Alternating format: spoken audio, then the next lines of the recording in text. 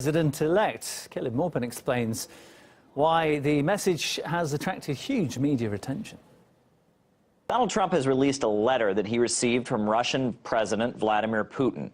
Now, the letter is just kind of an exchange of holiday pleasantries.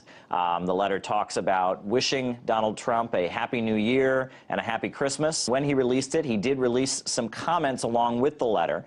He released it saying, "A very nice letter from Vladimir Putin. His thoughts are so correct. I hope both sides are able to live up to these thoughts and we do not have to travel on an alternate path." Now, at this point, the two haven't even met each other. At this point, there has been no face-to-face meeting between the two of them.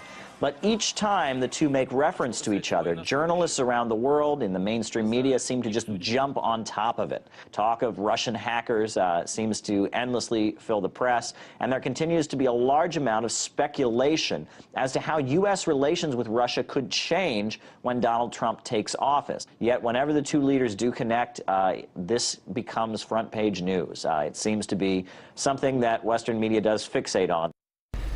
Geopolitical analyst Patrick Henningsen, founder of 21stCenturyWire.com, joins me now. Patrick, the mainstream media, it seems like they're using any chance to talk about US-Russia relations. Why are they so obsessed, and what are they expecting to happen in terms of relations once Trump takes over control?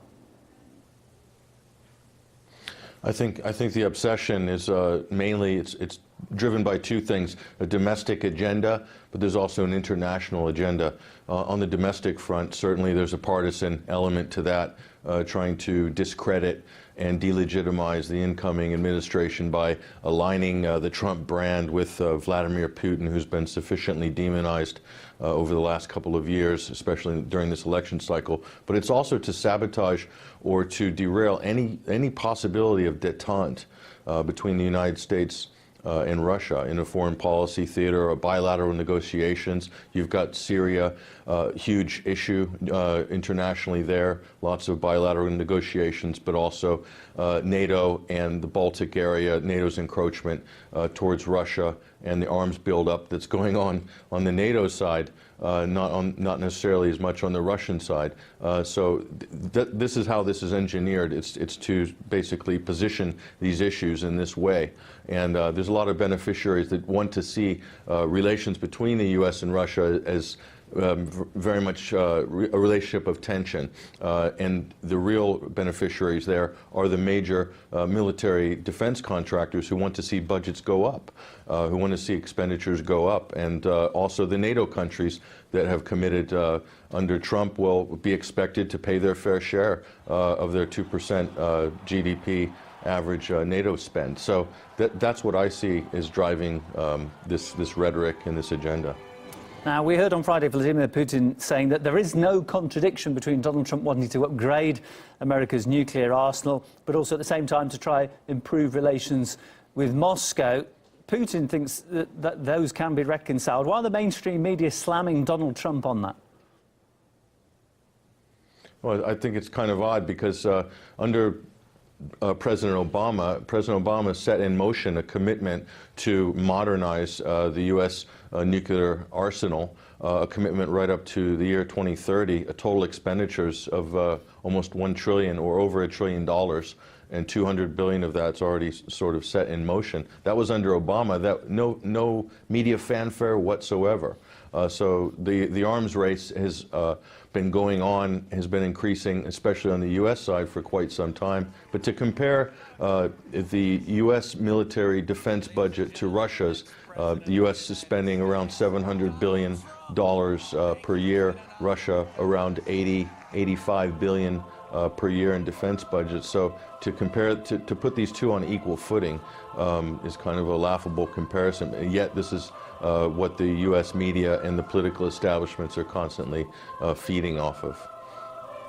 Now, Vladimir Putin said that he hopes that the American people will draw conclusions, as he put it, for the next U.S. election in the wake of the concerns of how the recent vote was handled.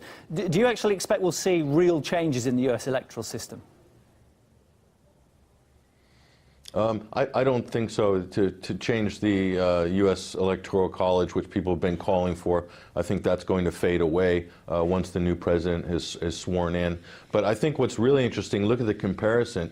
You know, look at Obama's last press conference in a small room the size of a shoebox with hand-selected journalists that even have their names on the back of the seats, and then Vladimir Putin holding court with over 1,400 journalists firing questions at him for hours on end, and he's answering them on the fly.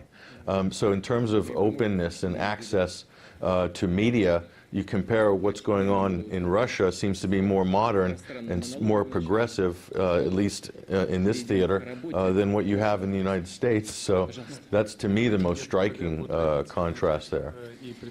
Thanks for joining us, Patrick. You've been listening to the thoughts of our guest, Patrick Henningsen. He's a geopolitical analyst and founder of the news website 21stCenturyWire.com. Но главное это The key thing about him is his willingness for a breakthrough in relations with Russia, this man says. Maybe they won't get closer, but at least there will be dialogue. And this man adds, first of all, Trump is a positive guy, and he spoke about Putin in a good way. He wants positive change in America. I believe an easing of tensions and improved relations with Russia from a position of strength only is possible. Many Russians believe if Donald Trump were to become president, that the U.S. would have a more isolationist foreign policy. They think that would lead to fewer disagreements between the U.S. and Russia, and ultimately to better relations. He basically likes those who are frank, open, and disregard political correctness. And this is exactly the case of Mr. Trump. It's a style that propelled Vladimir Putin to several terms as Russian prime minister and president. Trump. Ну, на мой взгляд, по крайней мере, он более честно, открыто себя ведет. Дональд Трамп, в первую очередь. Во-первых, как мужчина, очень интересный. Во-вторых, наверное, мне кажется, он более лояльно как-то к России относится, чем Хиллари Клинтон. Maybe you would want to push back on someone like Vladimir Putin endorsing you. I welcome it. I think it's great. I think that's what should be happening. I mean, his dislike for President Obama, and it's a mutual thing, is terrible. That's why you see all the conflict, all the problems, all the hatred. We should be able to work. If we can't work with Russia, that's not a good thing. And I'm greatly honored by his statement. I think it's terrific.